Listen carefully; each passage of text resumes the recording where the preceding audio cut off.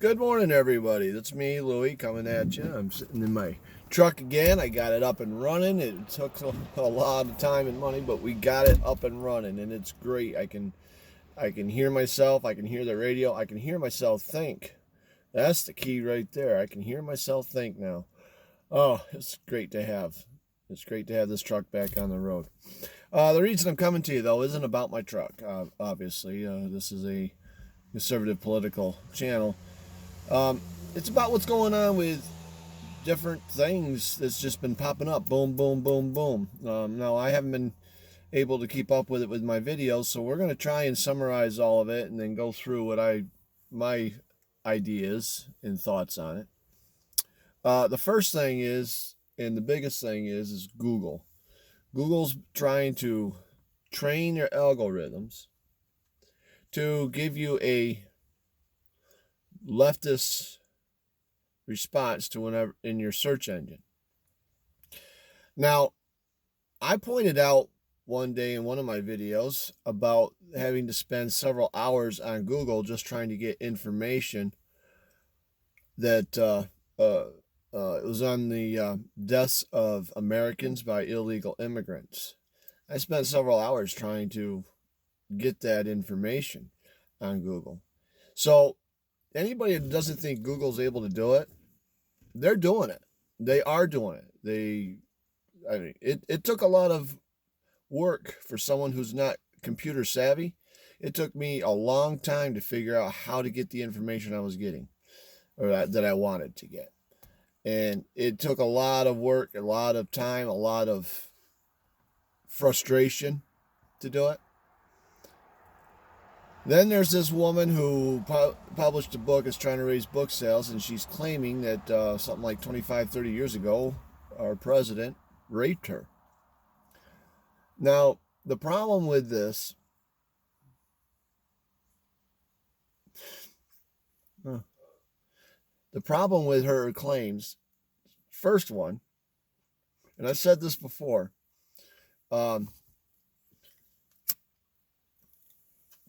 you have this thing called credibility, and credibility goes away after a period of time.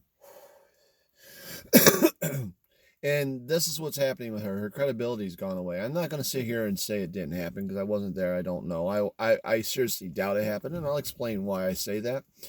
I can't say for sure it didn't happen. I wasn't there. I don't know what the evidence is that she has and everything else. I do know that President Trump is denying it.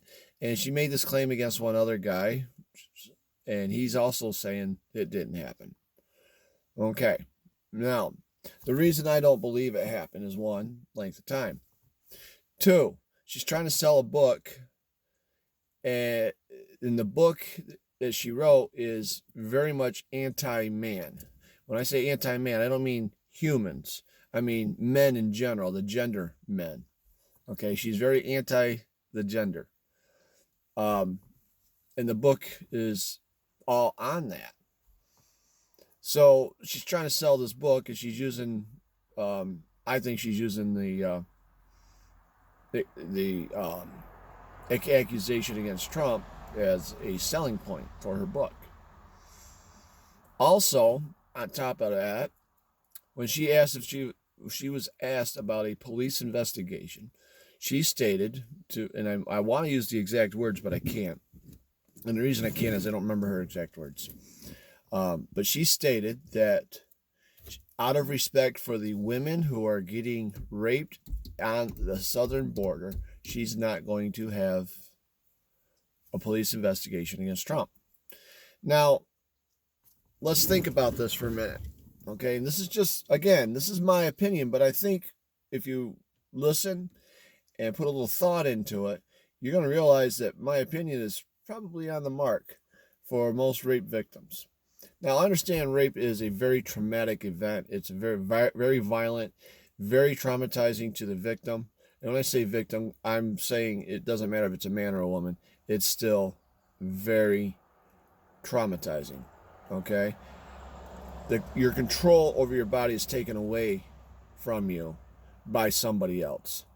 And that is a very traumatizing event, okay? Now, with that being said,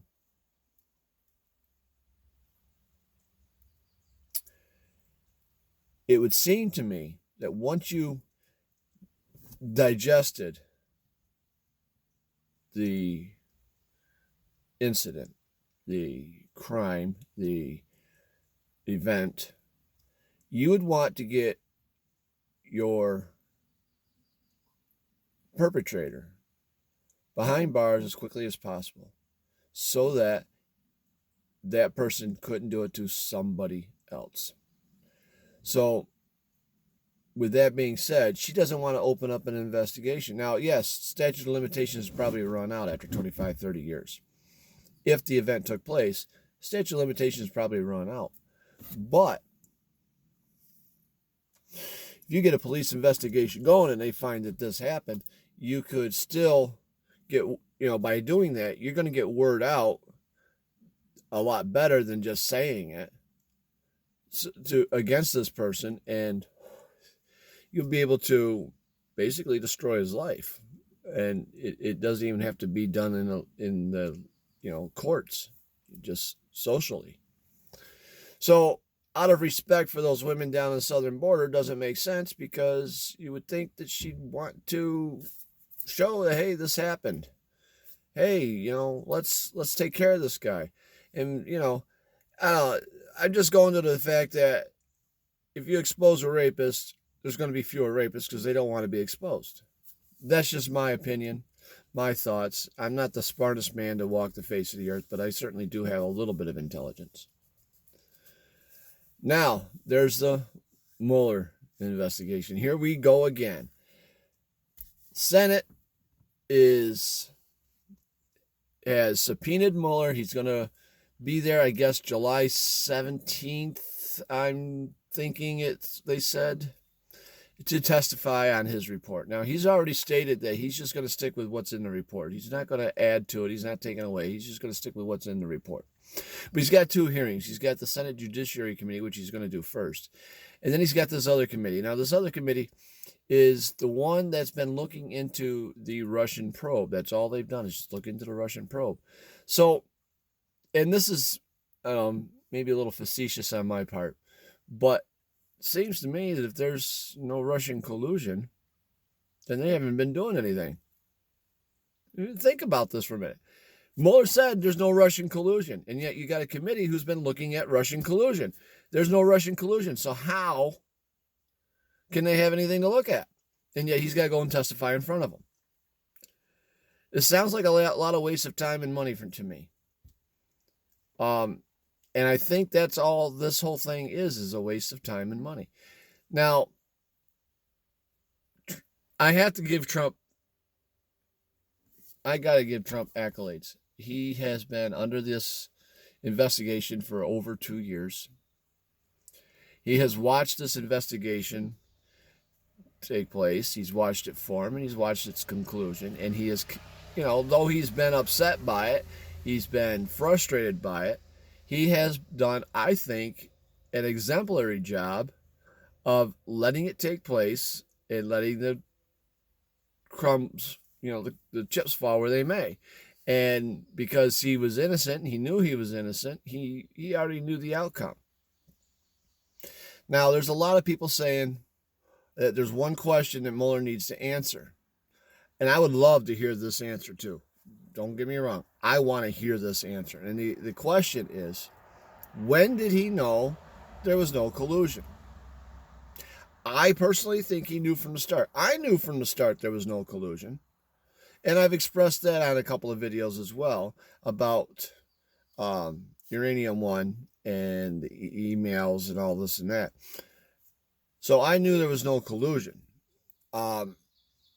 If anything, the one that did the colluding was Hillary. And when I say colluding, I don't mean Russian collusion so much as foreign agent, foreign government collusion. This way, it encompasses several more countries that could have been involved. And the whole point I'm trying to make, I guess, is if there was Russian collusion, if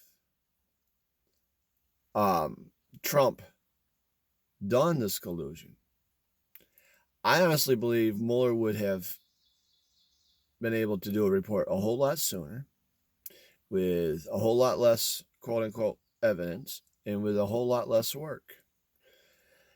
My impression of Mueller was he was trying to nail Trump in any angle and direction he could find. And he was unsuccessful. And finally, he got enough pressure from the right people to end the investigation, and therefore he did. Because let's face it, you can only kick a dead horse so many times. You know, you, if you're kicking a dead horse, you're getting nowheres. It's that simple. Now, let's talk about AOC, that Bernie Sanders, and Elizabeth Warren. They have come out and basically stated that they don't want open borders. And in a way, when they did that, they were talking about Trump sending out warrants to have individuals deported. Now, these people whom he is deporting there's like 2,000 of them right now. And they're the ones who had court dates for asylum and never showed up to court. Now, if you are told you have to go to court and you don't show up, you go to prison. You get nailed for you don't go to prison. You get a bench warrant. You get arrested and you're forced to go to court. You are sometimes fined or even jailed for not showing up. Judges are, I have to admit, pretty patient with people that don't show up to court. They give them several chances to show up, and if they don't, then it's when they get the jail time and the fines and so on. But you can still be arrested for not showing up even one time. You can go to jail for not showing up one time. A lot of individuals, they get their parole revoked, or their, what's the other one? You know what I mean, the one where they've been in jail and probation. Probation and parole, that's it. A lot of times they get their probation or parole revoked for not showing up. But that's because they were already in trouble and convicted for something, and they're serving their time out in public instead of behind bars. Elizabeth Warren basically said that it's wrong because it's separating families. My response to this is, if somebody comes in here illegally with the excuse of needing asylum and you're given a court date and you want to start a family and a life here, you should think about what the consequences could be for not showing up. If you want to start a life here and you don't show up to court, you should expect some kind of consequences from it. Bernie Sanders says that it's completely wrong, unconstitutional, blah, blah, blah, blah, blah, blah, blah. The thing is, if you're an illegal alien, in my opinion, you don't get constitutional rights. You're not a citizen of the United States. The U.S. Constitution, the Bill of Rights, the Constitution, that's for the citizens of these United States. Citizens. That means members of our society. To become a member, you either A, get born into this society, or B, you get naturalized into it through whatever process they have. And I have to admit, when it comes to the process of becoming a legal citizen from another country in our country, I am completely ignorant of what the process is. I know you got to go to classes and they require you to speak English and you do a pledge, but I don't know the whole process. I don't know how long it takes. But then again, that's not something that I would normally concern myself over because I was born here, which makes me a citizen of these United States. I was born on United States soil. That makes me a citizen.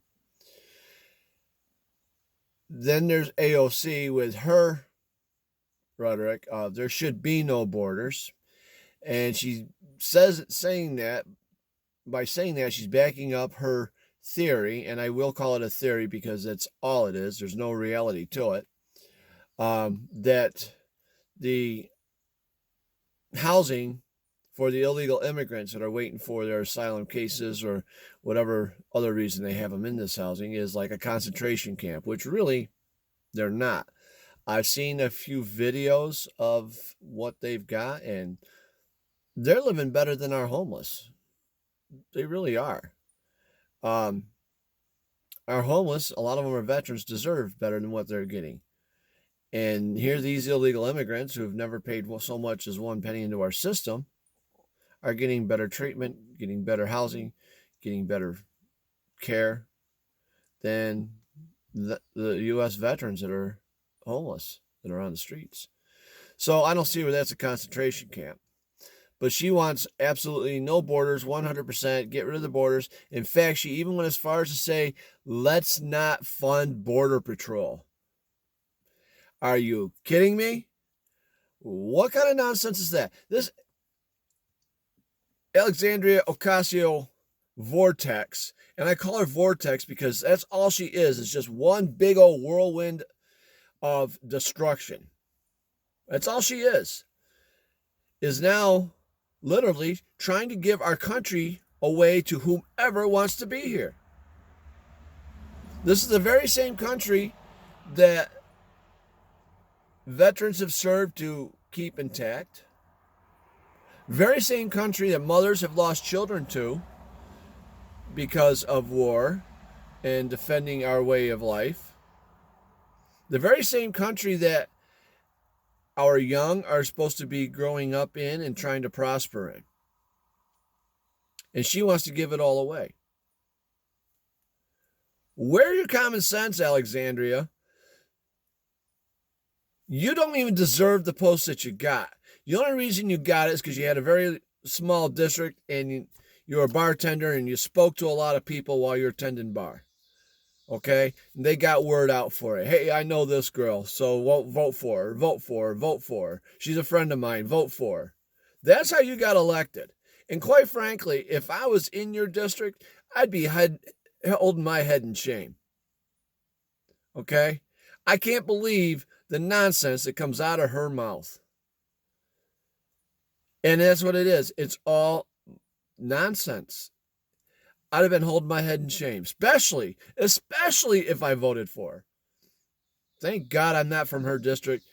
Thank God I didn't vote for her. And God bless America, nobody I know voted for her. Oh, thank God. Sad part is we still got to put up with her till the end of her term. Hopefully the people in her district brighten up and say, oh, let's get her out of there as quickly as possible. If there's an impeachment process that they can use to get her out, I'm going to suggest very heavily that they use it. She is off the wall, off the rocker, just completely out of touch with what truth and reality is. So, all right, I've covered about everything I can think of. I'm sure there's a whole lot more I could cover. If there is, I'll do another video. As you know, there's more coming. There's no way I can go without making my videos. So we will talk to you later. Y'all have a good day.